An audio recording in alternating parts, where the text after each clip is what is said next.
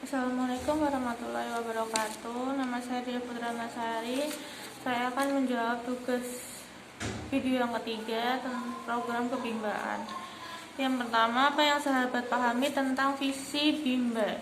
Visi Bimba itu yaitu membangun generasi pembelajar mandiri sepanjang hayat, yang artinya generasi yang cinta akan ilmu pengetahuan dan selalu memperbaiki diri dengan tidak bergantung pada orang lain.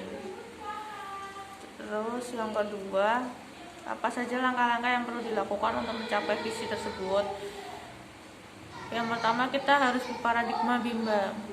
Jika kita berparadigma Bimba, dengan otomatis kita akan berusaha untuk menjadi pribadi yang lebih baik, mau belajar dengan secara kesadaran diri kita sendiri. Yang kedua, kita juga harus wajib menjadi seorang pembelajar, dimana seorang pembelajar ini kita akan berusaha memperbaiki diri sendiri agar kita bisa tidak selalu mengeluh gitu.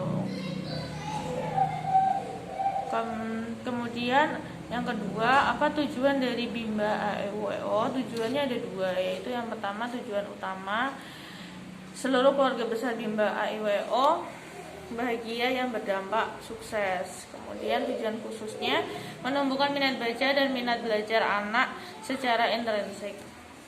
Yang keempat, apa yang membedakan antara Bimba AEWO dengan lembaga pendidikan yang lainnya?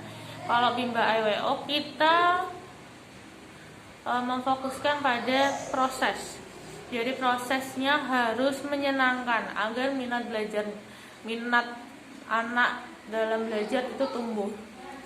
Kalau di lembaga lain kan hasil, kalau menurut saya ya seperti itu. Jadi yang dilihat itu hasilnya bagaimana, tanpa harus memperhatikan prosesnya, apakah anak senang, apakah anak menikmati, apakah anak antusias. Yang mereka pertimbangkan adalah hasil akhirnya, apakah anak mampu, apakah anak sudah selesai dalam kurikulum yang sudah terdaftar atau sudah teratur seperti itu. Sedangkan kalau di Bimba, kurikulumnya itu menyesuaikan dengan kemampuan anak. Ya memang ada kurikulum, tetapi untuk pemberian materinya itu sesuai dengan kemampuan dan kemauan anak.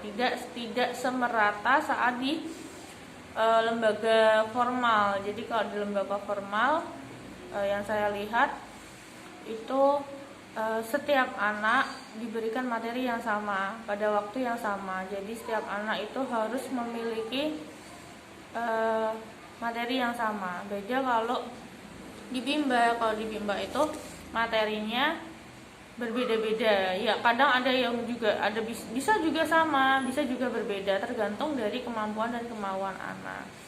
Kemudian untuk subjeknya, kalau di Bimba kita kan berpusat pada anak sebagai bahan belajar kita. Jadi orang dewasa yang belajar, bukan anak. Anak yang penting kita berusaha bagaimana caranya untuk menumbuhkan minat baca dan minat belajar anak.